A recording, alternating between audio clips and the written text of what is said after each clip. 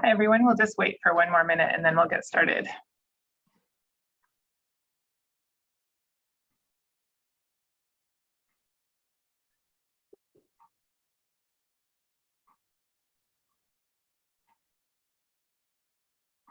Hello, everyone, and welcome. My name is Catherine Magic, and I am the Senior Vice President of Development at WWF Canada. Thanks for joining us today. Today, we are joining you from the Greater Toronto Area and would like to begin by acknowledging this region as the traditional territory of many nations, including the Mississaugas of the Credit, the Anishinaabe, the Chippewa, the Haudenosaunee, and the Wendat peoples, and is home to many diverse First Nations, Inuit, and Métis. I also acknowledge that Toronto is covered by Treaty 13 with the Mississaugas of the Credit. This land continues to be home to diverse Indigenous peoples, whom we recognize as contemporary stewards of the land and vital contributors of our society.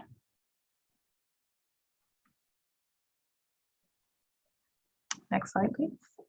So we have an exciting agenda today and an impressive lineup of speakers to talk about the importance of addressing biodiversity loss. And biodiversity just really means the diversity of life in our natural world, and how nature-based solutions guided by science and research can be a tool for tackling loss of ecosystems and addressing climate change in a way that is just and equitable for local communities and Indigenous peoples. Business and industry have an important role to play here, and today we hope to showcase some examples of how innovative partnerships can address these urgent issues. We welcome questions, and you can use the Q&A function at the bottom of the screen to send in questions and comments that come up during the event. This session is also being recorded, and we will be sharing this after we're done today. So first, I'd like to set the stage for this topic a bit. We know that the health of the global economy depends on nature. In fact, the World Economic Forum estimates that 44 trillion USD, representing more than 50% of global GDP, is dependent on nature, biodiversity, and the services it supports. This means that the relationship that companies have with nature can create business risks, but also huge opportunities for improving both sustainability and profitability. So before we get started with our first speaker, I'd like to show a really quick video to set the stage for our topic today.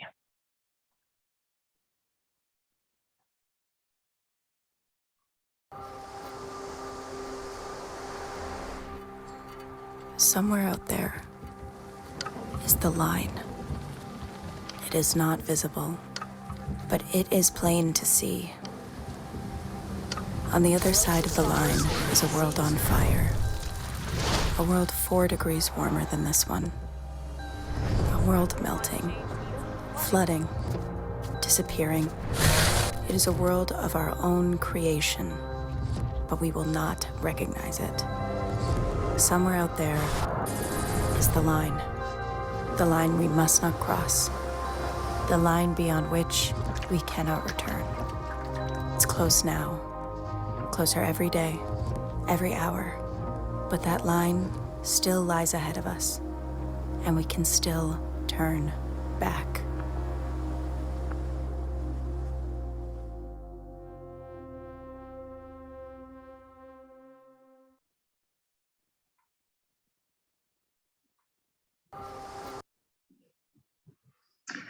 So now to talk a little bit more about how we can address what we just saw in the video, I'd like to introduce my colleague, James Snyder.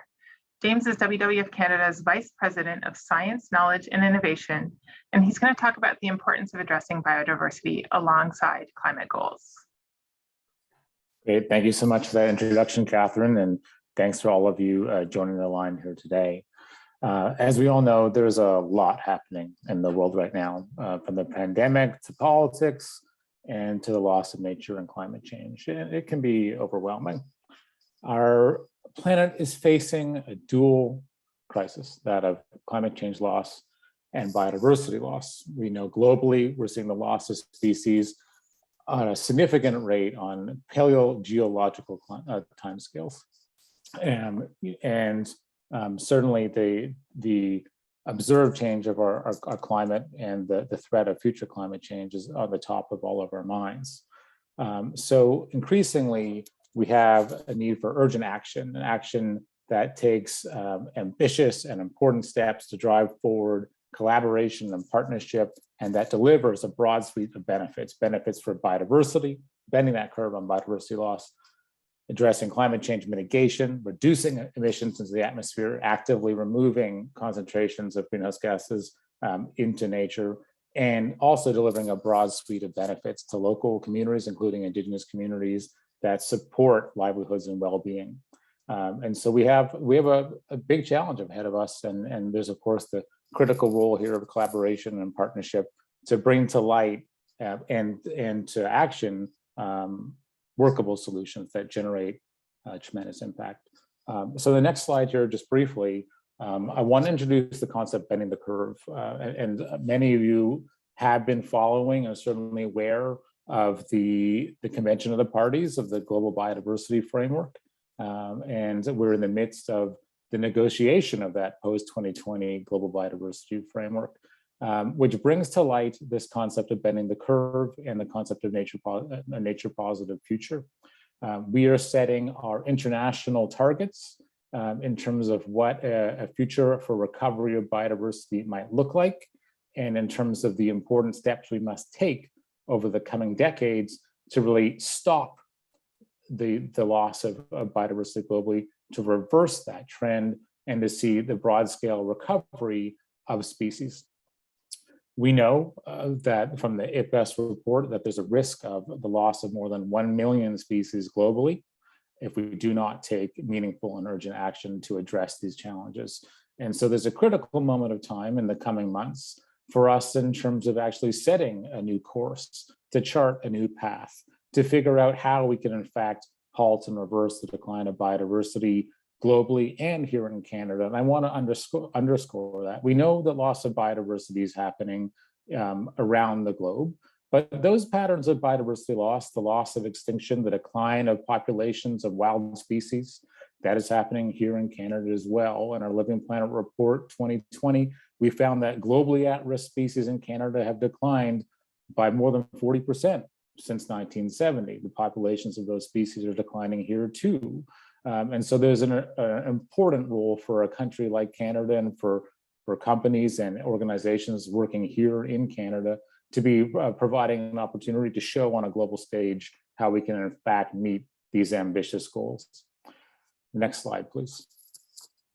So I spoke about the upcoming COP, but we also have to recognize that Canada, the federal government, has made a number of significant commitments on the international stage, both at the Glasgow COP as part of the Climate Change Convention, in terms of its commitments related to climate finance, the connection, of course, the explicit connection. I think this is a critical point, the explicit connection between what we're doing to reduce our greenhouse gas emissions, but also making the connection to biodiversity loss. And so the deep interconnection between our commitments on climate and biodiversity now so critically clear. In Canada, we've seen the government of Canada make significant commitments related to our protected areas in terms of advancement of protected areas to 25% protection of our lands and waters by 2025, towards an ambition of protection of 30% protection by 2030. Canada is home to some of the largest intact areas of remaining ecological integrity, which is rare globally, and we're actually #2 in the world in terms of the area of those types of ecosystems that remain. And so some would say there's a global responsibility, certainly an opportunity in terms of Canada to demonstrate not only how we can protect and steward the right places for the right reasons, but also how we can do that in terms of showing it can be done in a way that advances Indigenous reconciliation, that advances Indigenous-led conservation, that shows opportunities to derive important livelihood and well-being from the actions that we take to steward those important places for biodiversity, for climate, and for people. And so I'm really quite excited by the prospect of work ahead of us here in Canada. And I remain optimistic in terms of how we can really step up and show to the world how stewardship of these important places can be done effectively and in the right way. Next slide, please. So an important aspect that I want to kind of weave into this conversation is the deep connection between the multiple threats, the drivers of biodiversity loss and climate change. In Canada, we know for our species at risk, those wildlife populations that have been categorized, denoted legally as being at risk, that these species now face 5 threats on average. And that means in a given moment that not only are some of them facing habitat loss and degradation, but they may also be facing the threat of pollution, the prospect of new introduced and invasive species. And in addition to that, as we noted before, the connection between climate change, a changing climate, and what that might mean for those species. So the habitat for those species, their homes, are now faced with a multitude of threats at once. There's no longer a single threat that we need to address. It's the deep interconnection between these multiple threats, at times cumulative in their impacts in one place, at times cascading and providing synergies between them, negative feedback loops that can drive and exacerbate or magnify the threats that they're facing. And that is the world that we're operating in. That is the world that we're operating in for our business. That is the world that we're operating in terms of our own lives. And in terms of the work that certainly at WWF Canada, what we take on in terms of tackling the biggest conservation challenges of our time and providing solutions, practical solutions that bring together effective collaboration and meaningful results. Next slide, please. A big part of that is the recognition of what I will call nature-based climate solutions. That is the role of nature in terms of storage and sequestration of ecosystem carbon. Those habitats that are home to our species, to our wildlife, to our abundant populations at time of wild species, can also be important stores of ecosystem carbon. We know globally that between 25 and 30% of all greenhouse gas emissions, those emissions that are causing climate change as it is today, is related to the destruction and alteration of habitats. That destruction and alteration of habitats is also the primary driver of biodiversity loss. So there's a very deep connection in terms of the causes, the root causes of climate change and the root causes of biodiversity loss. If we flip it on its head, we know there's a very powerful solution here. That solution is nature. We can invest in nature in a way to bring back those habitats, those important ecosystems for wildlife, including species at risk, but also investing in those ecosystems that store and sequester ecosystem carbon from the atmosphere. That can be a proactive solution, a nature-based climate solution to address climate change in the current, in the immediate future. Next slide, please. So at our work at WWF Canada, I think increasingly now we have brought together biodiversity and climate change at the forefront of all that we do. We recognize that we need to implement projects with our partners that deliver benefits for biodiversity, that help improve the populations of wildlife in Canada, but also actively reduce greenhouse gas emissions by reducing our emissions generally, or by actively sequestering carbon into those ecosystems that I've just highlighted. That is the focus of so much that we do, knowing the urgency that we have to tackle head on the crises of climate change and biodiversity loss. And no better way but to do that in concert together to optimize our work, so to speak, so that we can deliver a broad suite of benefits, both for biodiversity, but also for climate. And increasingly, of course, the important recognition of doing so hand in hand in terms of advancing Indigenous reconciliation. That is how we do this in the right way, and of course to show how to the world how we can do this by also advancing things like the UN Declaration on UN DRIP and free, prior, and informed consent. Next slide, please. So what I'll be speaking to you about just briefly here is, well, where and how. We understand the why. We understand the urgency of action. We understand why we have to do this. But a big part of what my team at WWF Canada tackles in terms of our day-to-day work is the questions of where and how. How do we bring the key science and resources to the table to actually strategically implement our programs to deliver benefits and impact in a measurable way over short periods of time? Next slide, please. Okay, so one key resource that I want to bring to the table here is our wildlife protection assessment. And this was published in 2019, actually on Earth Day, as part of the Nature Summit that Canada hosted, where we brought leaders, I think the G20 leaders from around the world, to talk about the important role of nature-based climate solutions and how investing in nature is a marquee issue, certainly top of mind for the government of Canada and beyond. As part of this, we brought forward a systematic analysis of our protected areas in Canada. What role can protected areas have in terms of keeping those important habitats, those ecosystems in a healthy state, but also, for biodiversity, but also in terms of the carbon storage they have. In addition to that, we layer in the concepts of adaptation and building climate resilience. How do we look at climate refugia, those places that can withstand a changing climate, those places that might be resilient to a changing climate? And so these tools and resources are increasingly elements that we're making available to our partners, to our collaborators, to local and Indigenous communities, so that we can strategically evaluate those places that have the greatest importance in terms of conservation action. Next slide, please. As part of that, we recognized at the time that our understanding of ecosystem carbon in Canada was incomplete. A lot of the information that was available was partial. It only included some understanding of soil carbon, that it was largely out of date. In some cases, hadn't been updated since the late 1990s. And in other cases, the spatial resolution was inadequate. It didn't give us the level of information that we required. And so alongside our partners at McMaster University, the Remote Sensing Lab, and Dr. Alan Mogansamo and postdoctoral fellow Dr. Camille Soth, we developed for the first time a national map of ecosystem carbon for Canada. This map helped us evaluate through a machine learning model and bringing together measurements of our forests and our wetlands and our grasslands and our soils for the first time to bring a national estimate of the amount of ecosystem carbon that is stored in our wetlands and our grasslands and our forests.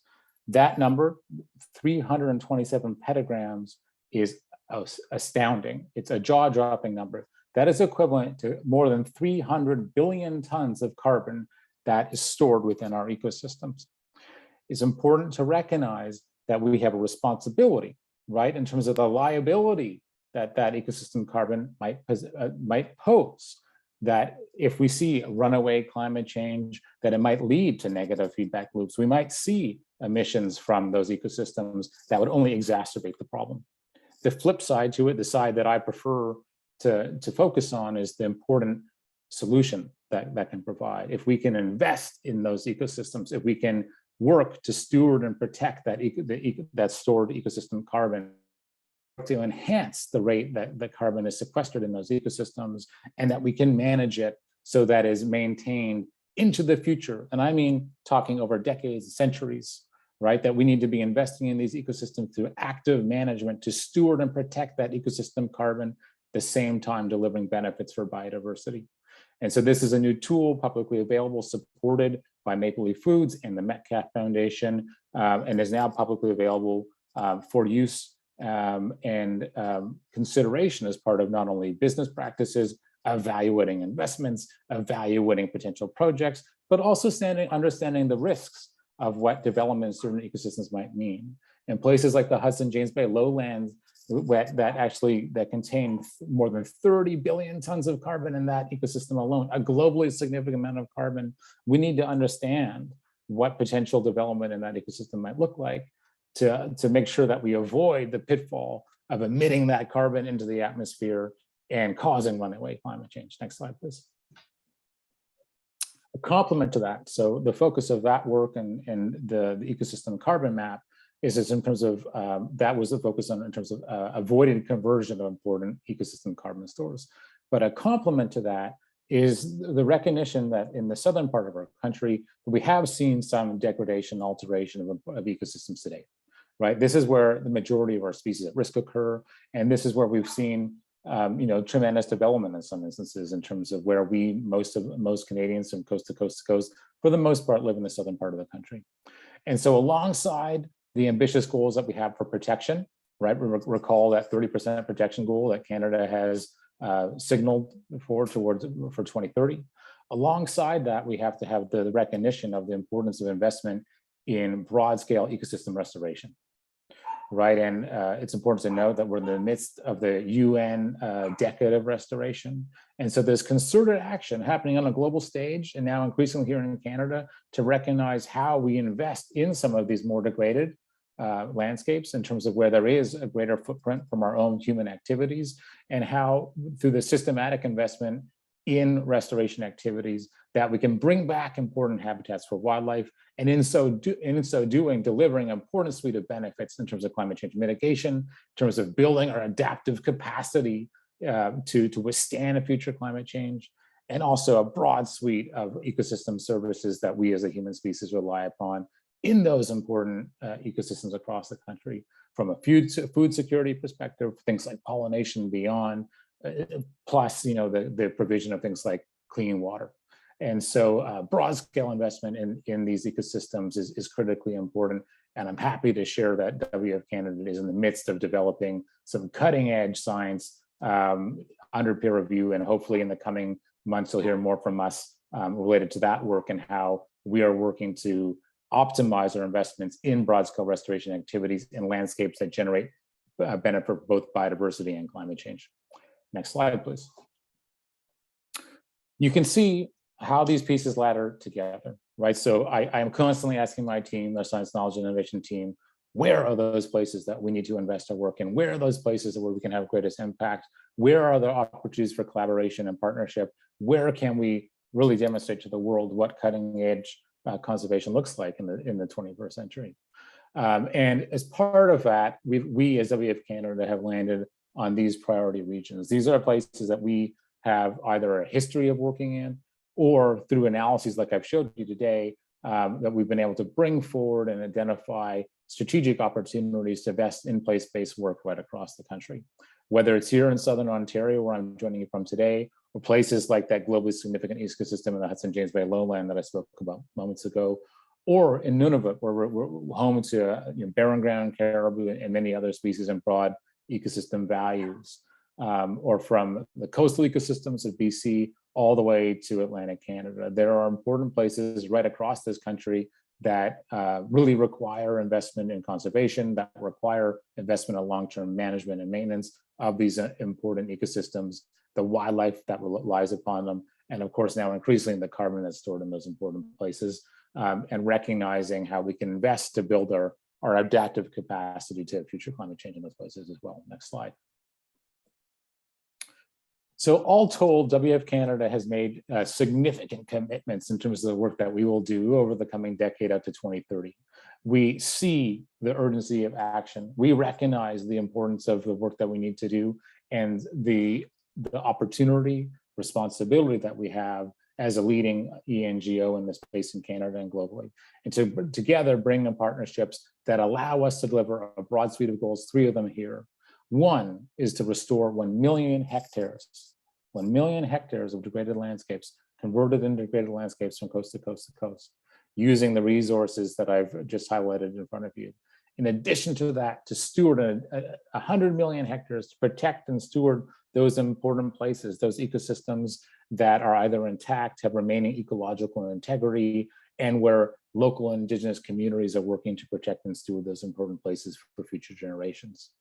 And in both instances, I want to underscore this, we are absolutely tailoring our work in a way that reduces carbon emissions, right? Through these nature-based climate solutions, through the effective protection of important carbon storage areas, through the enhanced management of important carbon places, and in those other ecosystems, those degraded places, to invest in broad scale, holistic ecosystem regeneration that delivers a broad suite of ecosystem functions. Next slide. So bringing this around, as we're about to embark upon our panel conversation, what does this mean for business? Well, I think there's a number of important factors here on the horizon. I've brought forward to you certainly our tools and resources that WWF Canada is applying and developing to support our own work and that of our partners, but also in terms of the signals that we're seeing, the policy signals, the institutional commitments that the government of Canada is making, the international commitments that are being developed by the minute. And we know that the Conference of the Parties of the Global Biodiversity Framework scheduled to be on the horizon, hopefully here in the fall and coming in China, potentially delayed later in the year, but we know that's on the horizon. We know that we're going to see significant new commitments related to the protection and stewardship of biodiversity. And in practice here in Canada, for business, we know that that means that there's going to be a suite of new protocols and approaches for reporting and monitoring, and the opportunity that can provide for business to be leaders in the space of CSR and ESG, for Canadian business to step up and show what does leadership look like, and to really embrace these concepts of nature-based climate solutions. A couple elements here that I want to highlight for you today. One, of course, is the Science-Based Target Initiative. Many of you on the line today are probably very familiar with that in terms of what a science-based target approach to emissions reductions might look like for your business. Alongside that, we've seen the Task Force for Climate-Related Financial Disclosures, and that's something that's gained a lot of traction. But alongside SBTI and TCFD, we see the emerging importance now, the recognition, mainstream recognition of biodiversity and the biodiversity crisis.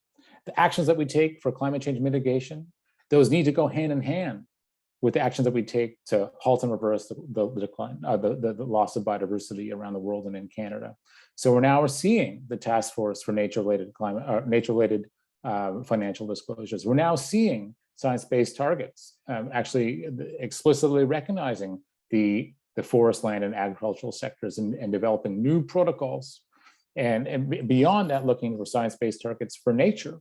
So on the horizon, we see a number of important trajectories and important pathways for us in terms of the role of business and how commitments and from the CSR space, ESG space, is so critically important for us in Canada and globally to actually meet that urgent demand, to meet that urgent need in terms of the dual crisis of biodiversity loss and climate change. Okay, with that, I'm going to hand things back over to Catherine Magic. Thanks, James.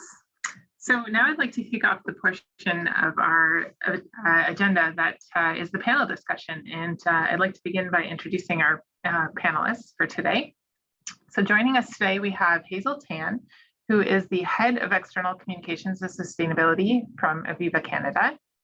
And Aviva is partnered with WWF Canada on our Nature and Climate Grant Program and directly funding on-the-ground restoration work in priority regions, as you've heard from James, as part of their larger climate and biodiversity strategy. Next, we have Tim Favre, who is the Vice President of Shared Value at Maple Leaf Foods. And as you saw, Maple Leaf is supporting some of our foundational research that James and his team are leading on Canada's carbon stores and the restoration potential for maximum carbon sequestration impact. And we have Rob Nickel, Vice President of Corporate Affairs at Walmart Canada. And Walmart Canada supports our Living Planet at School program and is also supporting some of James's team's work on with communities to apply the carbon data, science, and knowledge that you heard about to inform nature-based solutions on their lands. So I'm excited to kick off the conversation here. And to start, I'm going to ask each of our panelists to talk a little bit about setting the stage, to tell us a bit about your company's overall sustainability and climate strategy and how it's evolved to include biodiversity. So maybe we'll start with Hazel to kick off that conversation. Good afternoon, everybody. Thank you for having me. Aviva announced its global ambition to be net zero by 2040, actually last year. And it's likely to be the most ambitious climate target set by any major insurer globally. Internally, Aviva also targets to be net zero in its operations and supply chain 10 years before that. That means 2030. Sustainability work is not new to Aviva. In fact, we've been doing this for more than 3 decades now. We do believe that biodiversity forms a critical part of our sustainability ambition. And that is why we've also published a biodiversity policy on our website. I encourage everybody to take a look at it. You heard James say it just now. nature can provide 30% of climate mitigation that is needed to meet the target set out by Paris Agreement. So at Aviva, we're tackling climate change and biodiversity loss together because we do believe they're closely linked, and success in one depends on success in the other. Susan. I'll move next to Tim, talk a little bit about Maple Leaf Foods and how you've started to include biodiversity in your climate and sustainability strategy. Well, thanks, Catherine. Thanks, James, for a great presentation.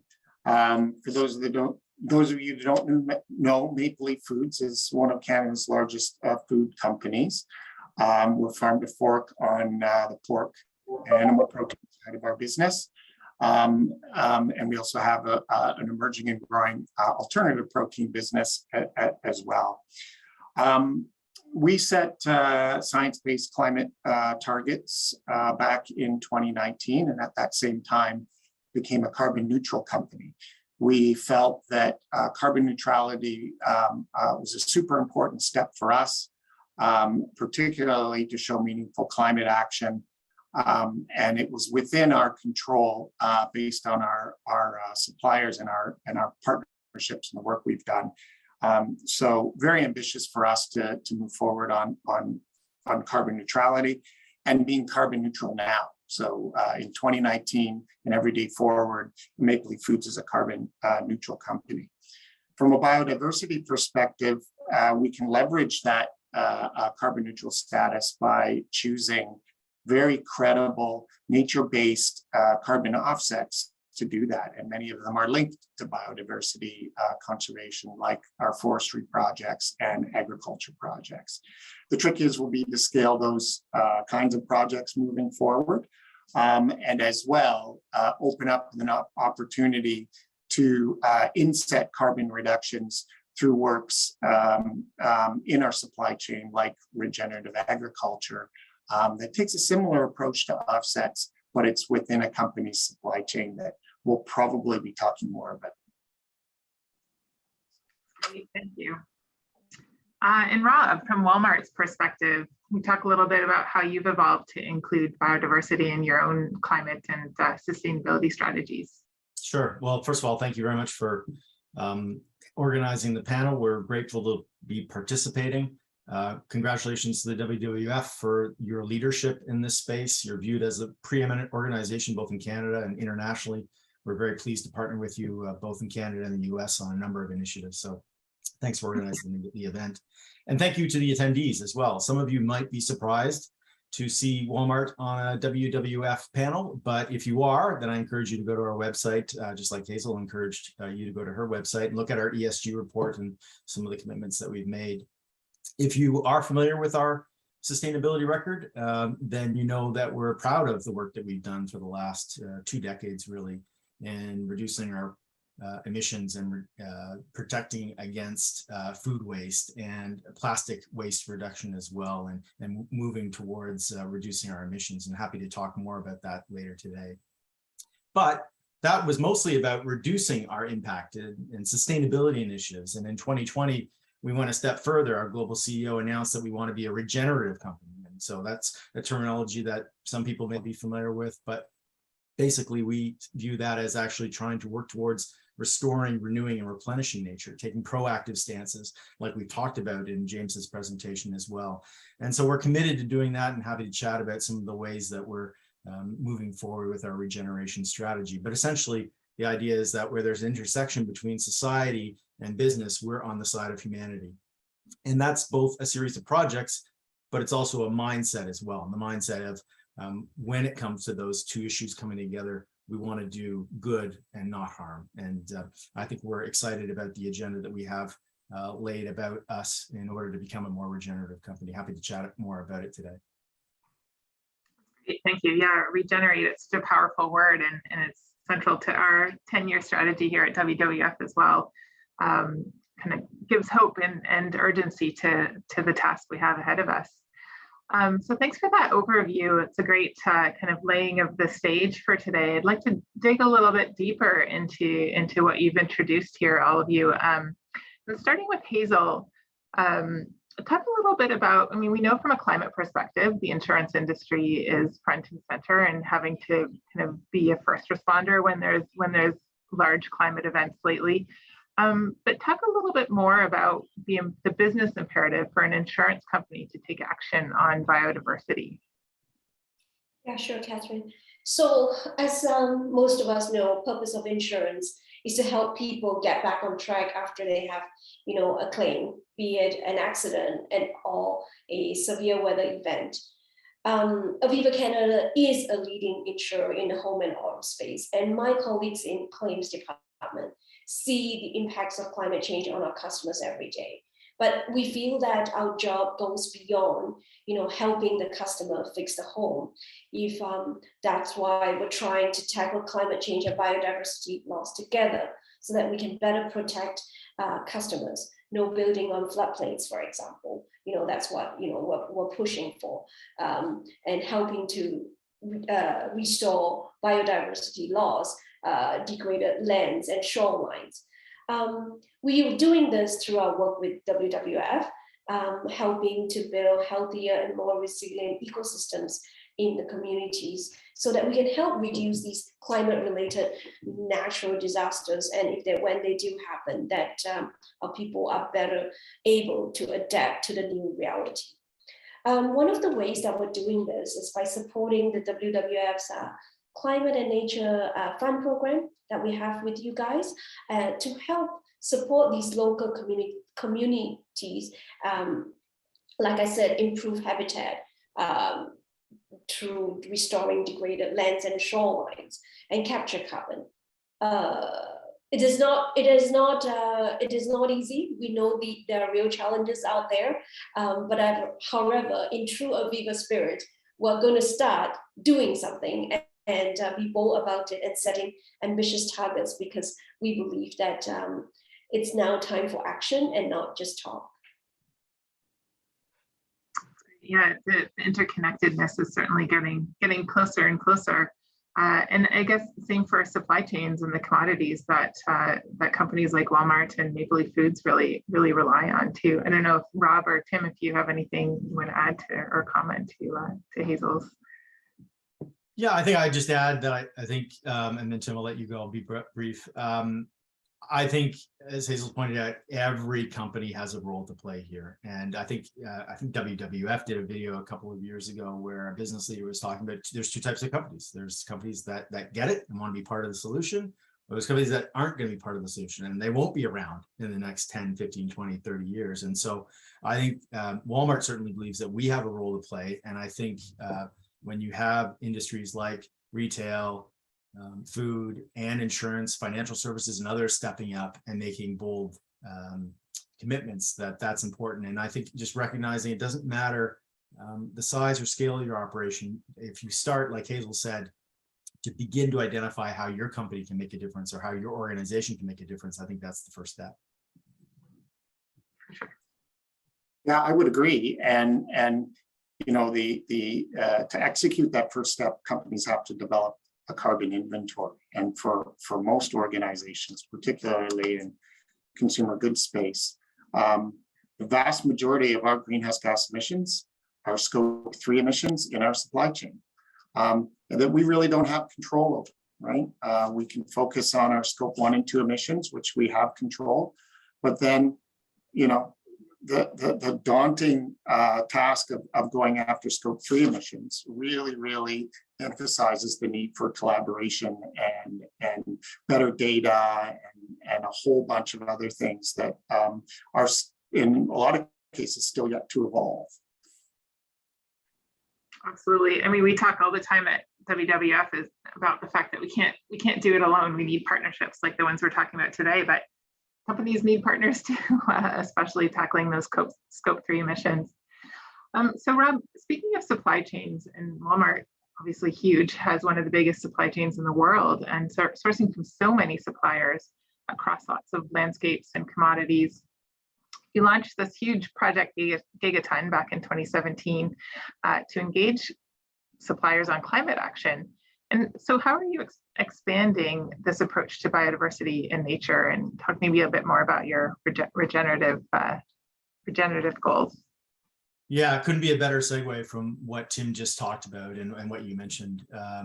Project Gigaton launched in 2017, the goal to remove 1 billion metric tons of GHG emissions from the supply chain, Walmart's global supply chain, working with suppliers like Maple Leaf Foods, and really going to all their suppliers and recognizing that they have a role to play. They're already doing things that are very positive. But through Gigaton, we created a platform where people could share what they were doing, set goals, report on the progress. And so I'm pleased to acknowledge the fact that we've reached halfway towards our target of removing that 1 billion metric tons of GHGs by 2030. And so I think it touches on exactly what we talked about in terms of using size and scale, but also working with suppliers and other partners, NGOs and others. But we recognize that that was the start. And again, that was part of our sustainability mission. As we move forward with greater conservation, biodiversity, and our regenerative plans, we've taken additional steps. And whether that's a commitment to go to zero carbon by 2040, with all of the challenges that entails, but that's something that, like Aviva and Maple Leaf Foods, we've made the commitment to go there. Also trying to protect. James talked about the WWF commitments here, but we've got commitments in order to protect 50 million square acres of land and 1 million square miles of ocean. We've also got a pollinator strategy, which is a key part of making sure that we're moving in the right direction from a biodiversity standpoint, and then commodities that we're sourcing with our suppliers as well, palm oil, and also continuing to focus on issues like plastic. So we talked about in James' presentation, and we as a group have talked about how all these issues are very much interrelated. And so we're seeing these coming together, a variety of different programs that we have been initiating and now all coming together in one broad regenerative strategy. That's great. Yeah, it's very, very diverse and lots of angles to take for sure. So Tim, as Maple Leaf Foods, you're kind of one of those suppliers, right? Working with Walmart and other retailers, but you're also directly working on the ground with stakeholders and farmers in agriculture.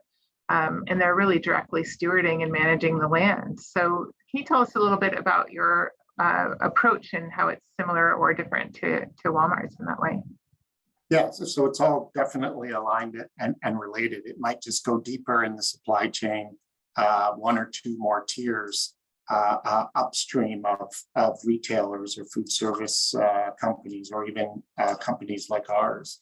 Why are we trying to work directly with farmers, particularly in commodity crops? Is because I mentioned over 80%, 82% of our greenhouse gas emissions are scope 3, and of that 82%, almost 30% are tied to the commodity crops that we source that go into the feed that we provide to the animals in our supply chain, and the commodity crops that go into our plant protein products. So those crops are corn and wheat and soy and barley and canola.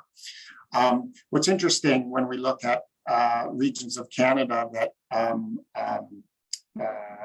are more, how do we say it, James? Have less carbon stored.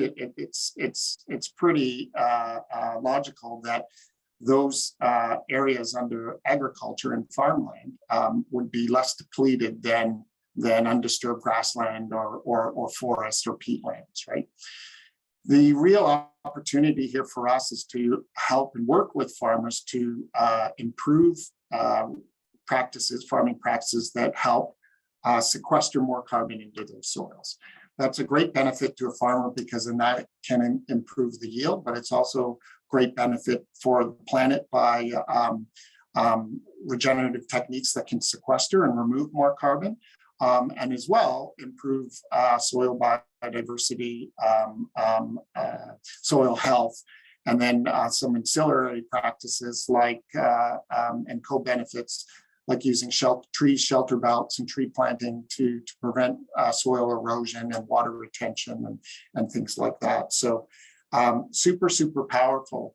And by working directly with farmers, we can incentivize them through a price on carbon. and generate certified carbon insets that Maple Leaf Foods can use towards our science-based targets, or we can partner with anyone in the value chain to help them with their Scope 3 emissions as well. That's great. It's a great example of kind of looking at corporate goals and then on the ground kind of restoration and helping nature directly in some of the ways we've been talking about. And a good segue to another question for Hazel, just in terms of looking at Aviva as a more global company and having some big global goals and targeting net zero by 2040, for example.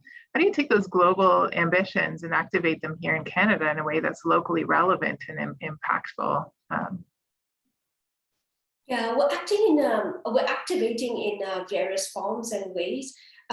Definitely through partnerships like with the WWF-Canada, and also getting our people and broker partners involved. So for example, with the partnership that we have with WWF-Canada on the Nature and Climate Fund, it is a $2 million over 3-year partnership that I said just now, provides funding to local communities and Indigenous organizations to help to restore degraded lands and shorelines. We're pretty pleased with the impact that he has created in the first year. Just got the results in, and just in a year, I think collectively the 7 organizations that we supported were able to restore over 160 hectares of wetland, grassland, shoreline, and etc. Planted close to 89,000 trees and shrubs, and made 100,000 people directly more resilient to climate change. It's still far from what we want to achieve, but it's a first step. And through this partnership, internally, we've got employees really excited and passionate about the work that we're doing.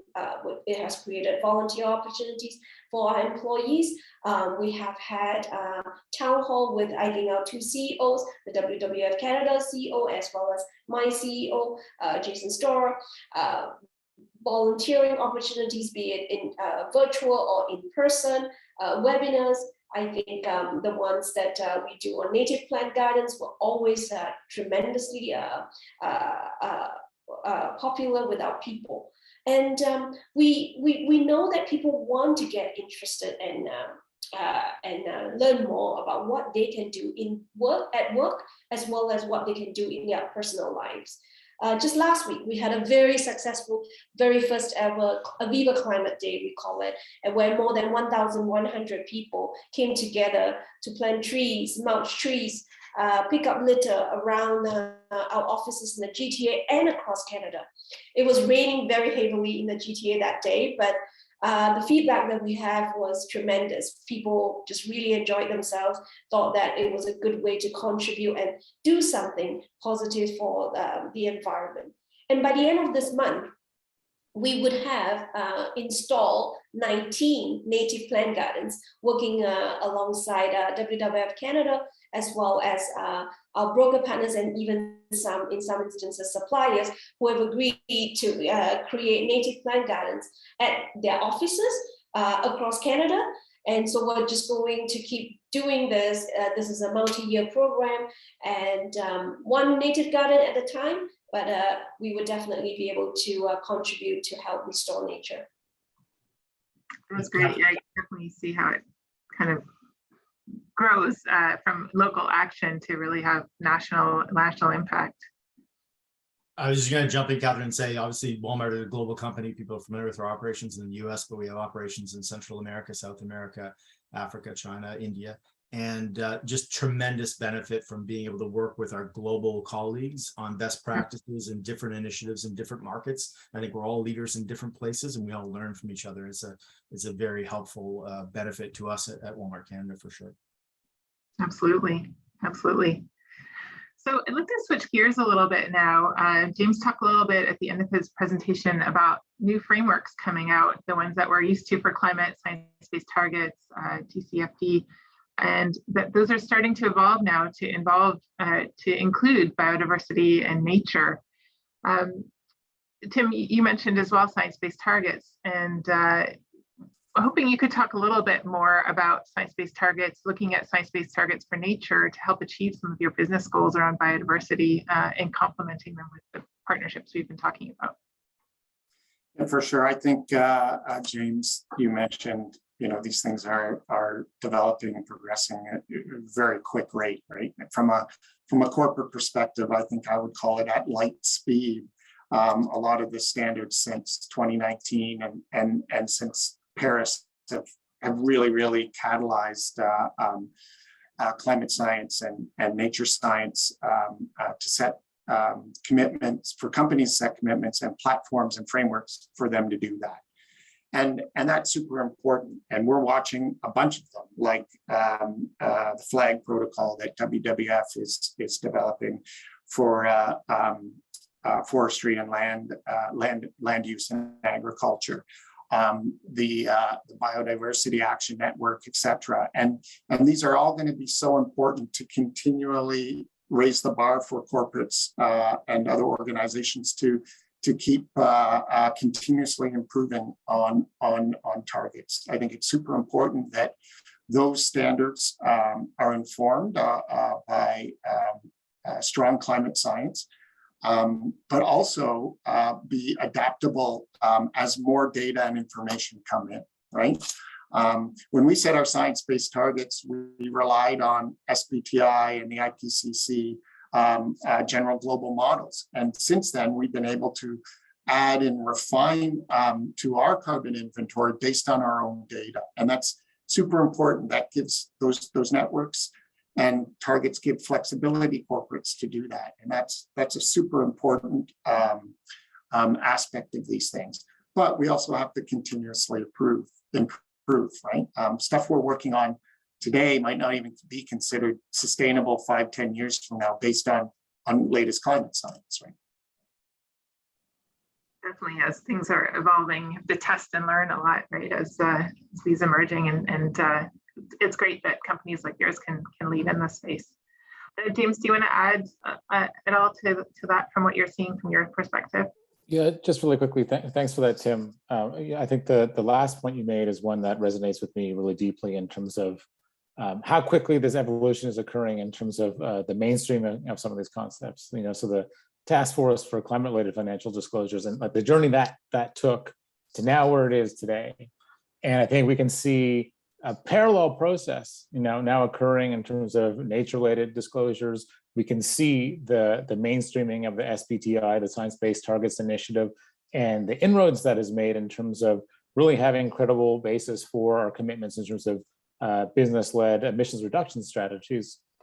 On the nature side, we see this emerging guidance, emerging protocols for nature, and we can guess how quickly that's going to mainstream. And I think it's going to happen really very quickly. I think that is a tremendous opportunity. And one of the aspects that I find so rewarding about work in this space is it really is an opportunity for business, for companies to demonstrate leadership, right? To be able to come forward and show, well, these are our avenues in terms of how we're going to center, whether it be climate change and now biodiversity, to the core of our ethos of who we are as a business, as a corporation, and beyond. And I think that's really quite powerful in terms of the transformation that can bring, and it certainly is commensurate in terms of the ambition, the urgency of action that we have today. For sure. I do want to make sure we leave some time for questions before the top of the hour here. So maybe I'll wrap up with a really quick fire round of questions, or a question to the group to state kind of in 30 seconds or less, for companies who are looking to get started on addressing biodiversity, what advice or recommendations do you have? Maybe we'll start with Rob on the top of my screen here. Yeah, sure. Just quickly, I think we've had great success by trying to approach this two separate ways. One as a mindset, so education and recognizing its cultural change. But secondly, giving our business leaders very specific targets, as we've been talking about. In our case, it's merchants and operators, and they succeed when they have a target to hit and a very clear goal that they're trying to achieve. And so we've done a lot of that work with them, a lot of knocking on doors where we've introduced what we wanted to achieve in our sustainability and regeneration goals. And now because of the cultural change, because of the support that we've had from our senior leadership, and because of the clear targets that we've set, we see more and more they're actually knocking on our door and saying, hey, we've got some ideas and we want to pursue this. So that would be our success, certainly. Amazing. Tim, how about you? What advice do you have? Start small. Big data is your friend. Can enable really, really good conversations and strategic decisions based on making a difference and having an impact. Focus on what you can have an impact on immediately, and then learn from that experience to focus on the other opportunities. Great. And Hazel, how about you?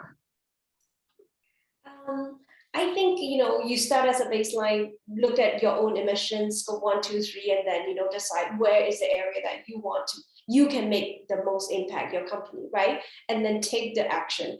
Nothing is not perfect out there. So it's not a case of, I don't have all the tools available. I don't have anything, so I won't start. You have to start doing something. In a lot of ways, I think sometimes we feel that we're just driving on the roads that were just paved, right? You and then you keep going. And if everybody works collectively, and you that was said, knock on doors, work with like-minded people, you'll find that there will be people who share your values and your vision, and that momentum will build very quickly. Good advice. James, do you want to chime in there as well? All right, so we do have a few questions from the audience here. So we will start with, there's a good question here. What are the biggest challenges or barriers? I wonder if I'll throw that out to the group to see if anyone wants to answer that. Maybe I'll throw one out, and it's related to the standards conversation that we had, and one of them is that, for example, accounting standards for scope 3 emissions reductions haven't been developed yet. They're in the process of being developed. So when Rob and Walmart are decarbonizing their supply chain, they're doing it in good faith that accounting standards are going to be aligned, and it applies differently to when it comes down to farmers and agriculture as well. So it's going to be a really interesting space to watch. And right now, I think we're waiting. And so as soon as a lot of those global standards can get released, companies can start using them and disclosing against them, we're gonna be able to improve. Yeah, I think from a sustainability perspective, not so much on the broader biodiversity climate change, but I know one issue that we've continued to confront is just harmonization between provinces. And it's great that there are some provinces taking leadership roles on a number of different sustainability or climate change related items, but it really is challenging for a lot of businesses that are trying to do the right thing and even have the resources to do the right thing to be able to keep up with 10 different programs on the same topic in 10 different provinces and territories. So that's one thing that we've certainly been working with governments to try to raise the profile of harmonization. Great, thank you. I think we have maybe time for one more question. There's a few here, but there's one that maybe James, you want to address a little bit, since we're doing a lot of work on Indigenous-led conservation here at WWF-Canada. The question is, can you elaborate on how the corporate sector can involve Indigenous communities more directly to deploy nature-based climate solutions, cultivating invaluable knowledge that lies here? Sure. Yeah, I mean, I don't want to answer on behalf of the corporate sector, but I can certainly identify areas where I think there's some important opportunities. One, I think that kind of the basis minimum in some instances relates to supply chains and concepts like free, prior, informed consent. I think I mentioned that on the horizon, but I think increasingly in a country like Canada, that is increasingly part of the conversation. As we look to commodities like pulp and paper and beyond, it's another question there related to forest risk, and so actually figuring out opportunities for local level collaboration where possible in those instances where sourcing of those commodities may be considered high risk, and to be supporting local Indigenous communities in those geographies to help reduce the risk in those places so that it actually delivers benefits for those local communities. Well, that for me is, I think, a critically important place of work, and where there's a lot of opportunity, and one that I'm very mindful of in terms of trying to connect the work that we do with our corporate partners related to supply chains and beyond to important on the ground work that we can really show the impact, right? Beyond the broad level commitments that we make, but in the metrics and reporting that we do, but to be able to like the really positive stories that we can tell together in terms of the work that we do on the ground. And I think I have tremendous optimism around the benefits that we can deliver when we work in that way. Anyone else want to add anything to that? James covered it. Great. Well, we're right at 3 o'clock. Unfortunately, I wish we had a little bit more time, but we will be sending out a recording after for the session and some contact information. So for the questions we didn't get to, happy to answer those as a follow-up, but by email or a quick conversation. So let us know, do follow up, let us know what you thought, and share the recording. And again, a huge thank you to all our panelists for joining us today. I think it was a great discussion, and see this as a topic of interest for sure for the future. So look forward to continuing the conversation. Thank you. Have a great day. Thanks, everyone. Thanks, everyone. Bye.